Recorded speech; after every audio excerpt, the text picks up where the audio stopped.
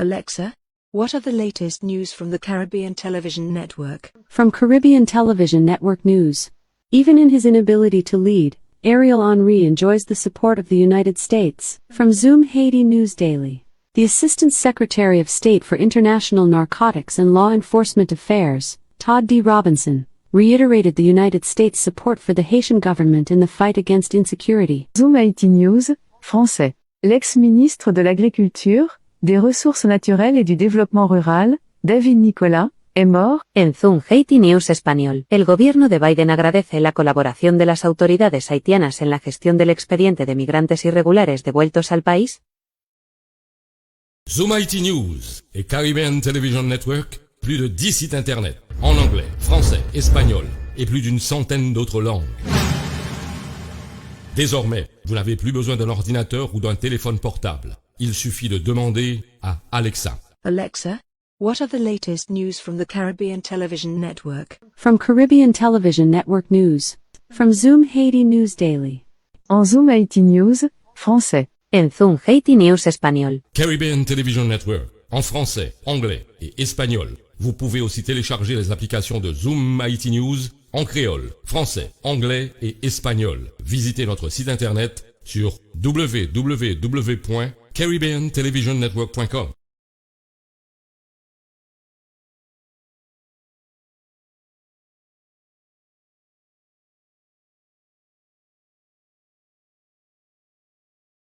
Dis-nous, parlons un petit détail sur le programme et puis est-ce qu'elle pensait son possibilité pour le programme ça pour Can you share some detail regarding the program and also do you think the board will approve the program we are talking about today? Sure. This program is designed for any individual who makes less than 200% of the federal poverty, and that is enrolled, will know that based on their enrollment in DTA programs or mass health programs. Those individuals will get to travel on any MBTA mode for half the price. Maintenant, le programme, c'est un programme que vous faites spécialement pour des gens qui font partie de 200% qui font partie dans le revenu très bas dans la communauté. Et comment est-ce que nous avons déterminé pour les jeunes gens? C'est à partir de gens qui sont impliqués dans DTA ou encore dans Myself. Et les gens qui sont impliqués dans DTA et dans Myself, les gens ont des possibilités pour utiliser la transportation publique à moitié prix dans toute state Massachusetts.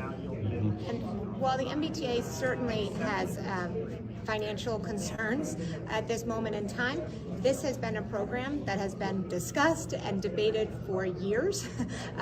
We're at this point now, and the governor's proposal to use fair share dollars to help us launch this is exciting, and I hope makes it possible for the board to vote and make this a reality. Maintenant, c'est vrai que dans le moment la MBTA a une crise financière que a subi, et nous pensons que le programme, c'est un programme qui a des années depuis des années que nous avons parlé de lui, et nous pensons que propose et ça que nous proposons, nous pensons que ça nous proposait que MBTA n'a pas approuvé, parce que ça que nous proposons, il a un bénéfice, que soit accompagné aussi d'un bénéfice de la population. Mais nous, dans un moment de crise, qui ça qui t'a poussé nous réfléchir pour nous venir en programme comme ça dans un moment ça? Qui ça qui t'a porté nous? As we are in a crisis situation right now, what push you guys to come up with a budget like that, with a plan like that, with such like initiative? I joined the team 4.5 years ago, and for 4.5 years we've been studying this. So we've been working on this for a long time. I will say last year's budget, Governor Healey's first, she put $5 million in the budget for us to push forward towards implementation.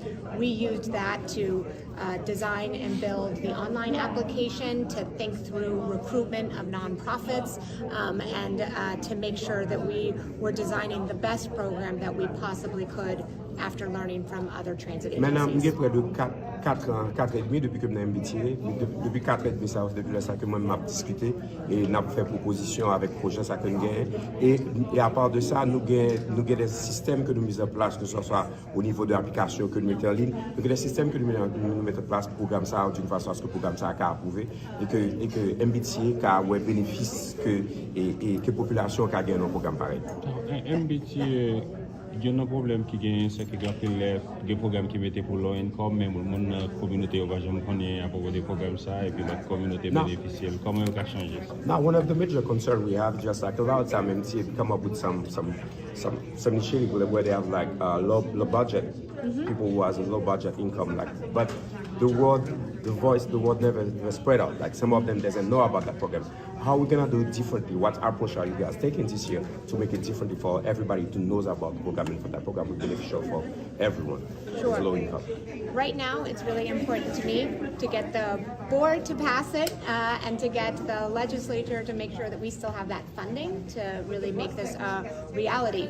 And then we need to pivot to the riders. How are we going to communicate this to riders and make sure that they know that this is available to them? We will be building upon our networks that both DTA and Mass Health have in the community, but also these nonprofit partners for us are absolutely essential. Part of what the MBTA will be paying them for as partners is to, is to help us with outreach, to be going into communities, to go to community fairs and events and help enroll people. And it is so simple. They can show up with an iPad and get people enrolled right away. Oui, effectivement, c'est ça. Mais dans le moment là, préoccupation, c'est que vous avez approuvé le programme. Aussitôt que vous avez approuvé le programme, nous avons un paquet de bails que nous avons mis en place, à savoir que ça soit nous parler dans la communauté, des organisations qui sont dans la communauté, pour nous parler avec eux, pour que eux-mêmes, ils puissent partager, pour que les gens qui utilisent les services à l'occasion. Et puis en plus de ça, que ça soit DTA ou encore que ça soit Masqachousèt qui s'assure ça, nous avons partagé le programme avec eux, pour que eux-mêmes, ils puissent partager le programme avec les membres, de façon que les membres connaissent, et puis comme ça, que le programme, ça, que nous mettons en place, ça, que tout le monde connaît et que le camp réussit.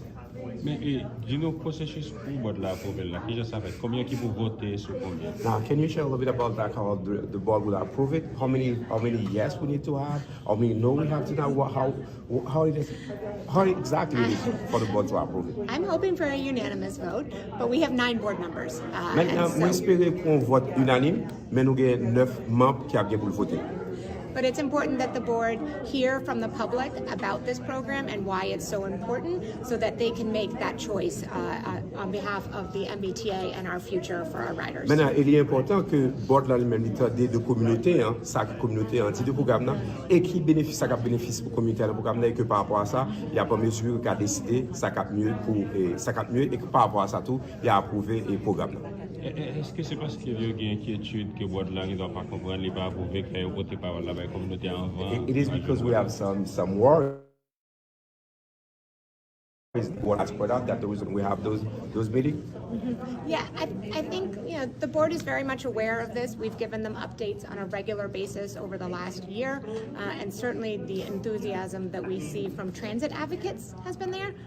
I would love to hear more from our regular riders as well about why this is important. Maintenant, board là vraiment au courant de ça et nous vraiment très enthousiastes et ça nous dit que la privée aussi. Nous pensons que et ça nous a dit témoignage des gens qui utilisent public transportation, ça va encore en plus pour que board là approuvé et décision ça que nous avons parlé de là aujourd'hui. All right. Thank you very much. Thank you. I appreciate it.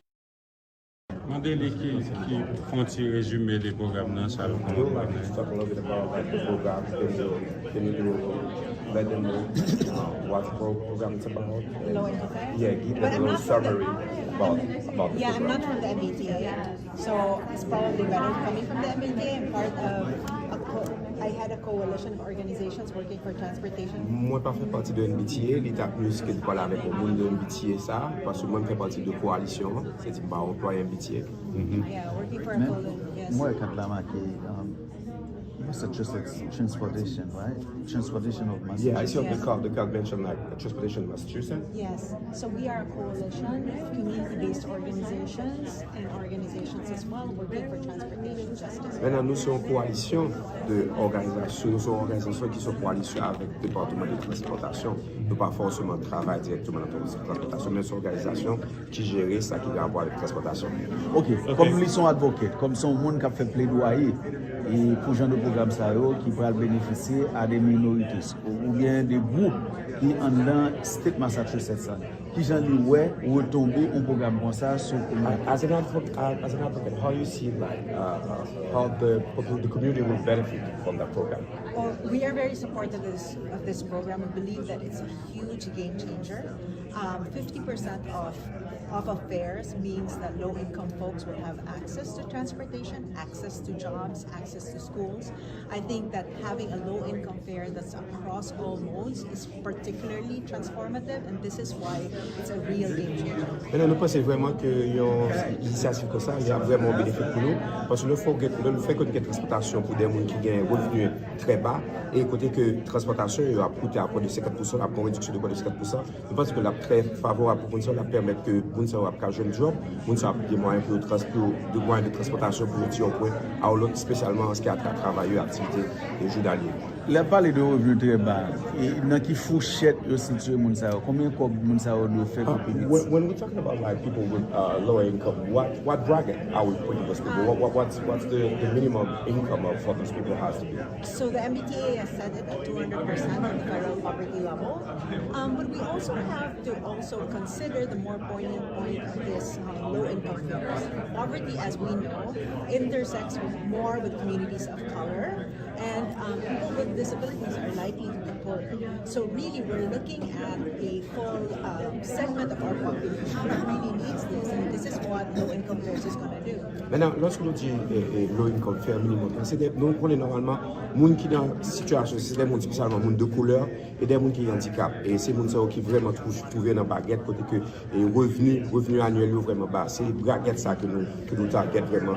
Parce que nous disons gens qui ont revenu moyen. Est-ce que vous pensez que bord là pas prouver parce que MBTA a un problème l'argent déjà et un programme comme ça c'est là grand l'impact sur eux. Est-ce qu'elle pense qu'il y a une possibilité pour programme ça? Do you think the board will approve that program? Because especially MBTA is struggling with like a lot of financial situation and initiative like that is going to really beneficial for the community. Do you think they will approve the board will approve like the budget? I hope they will approve. This has been a work of advocates as well as the MBTA staff to launch a huge program like the low-income fares. I think that what the MBTA staff had shown is that there have been studies that this low-income fares will actually increase the usage of or increase ridership across the system. So that means there will be, they've estimated around how much was it? 800 million trips? Was it? Yes. 8 million trips. They've estimated 8 million trips more this year when the low-income fares is actually fully implemented. So what you're seeing is you're going to increase the ridership, and more folks will be likely to take public transit across all modes, bus, rail, commuter. Maintenant, il estime que oui, et bon là pas prouver ça parce que il y a des études qui ont fait pour ça. Et en plus de ça, et avec un programme comme ça, il y a près de 800 millions et les audits triple là comme si moun cap prend public transportation estimé que la vraiment bénéficié officiel, il estimé que et par rapport à l'étude que ont fait la bénéficié pour population et aussi la très bénéfique pour MBTA par rapport avec nombre de quantité de monde qui a volume de déplacement, volume de transportation qui est fait là, c'est pour ça que ça fait penser que you can approuver ça. Right now, a lot of low-income folks are not able to use the system, but with the low-income fares, we're able to attract them back into the system, and thus inducing a higher ridership. Mais dans le moment ça, en pile de gens qui gagnent des revenus qui très bas, en pile de gens pas utiliser le système de transportation, mais avec un projet comme ça, nous pensons que nous parlons derrière et qu'il y a pas mesure qui est capable de prendre et transportation par le fait que transportation la parcours réduit pour dans le moment ça. Donc c'est tout déplacement qui fait en dans État, n'importe de un point à un autre en dans Eta Masachousèt. Now, when we say low income fare, are we talking about Boston or are we talking about statewide? Like it's low income fare for statewide, for everybody who's living in the state of Massachusetts. So this program is for all the 171 communities that the MBTA serves. So this is more than just Boston. Maintenant, le programme, c'est un programme qui a pour faire de 71 communautés que MBTA a desservi. C'est pas un programme qui a seulement pour Boston. Thank you. Thank you so Appreciate much. your time. Nice. Oh, it's a pleasure. Joe Biden will shut down your economy, raise taxes. Élection présidentielle américaine yo doit dérouler dans mois novembre année 2024 là. If I'm going to be able to beat Donald Trump, it's going to happen here. Même Jacques un pilote moun, li possible pour gain confusion sous système électoral là. Qui ça collège électoral là yé?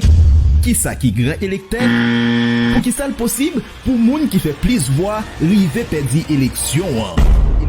Pour aider ou joindre réponse à question sa yo, même Jean ak un pilote, Telegram 360 à Caribbean Television Network à pote pour électorat. Électorat, c'est une émission qui aide ou bien comprendre système électoral américain.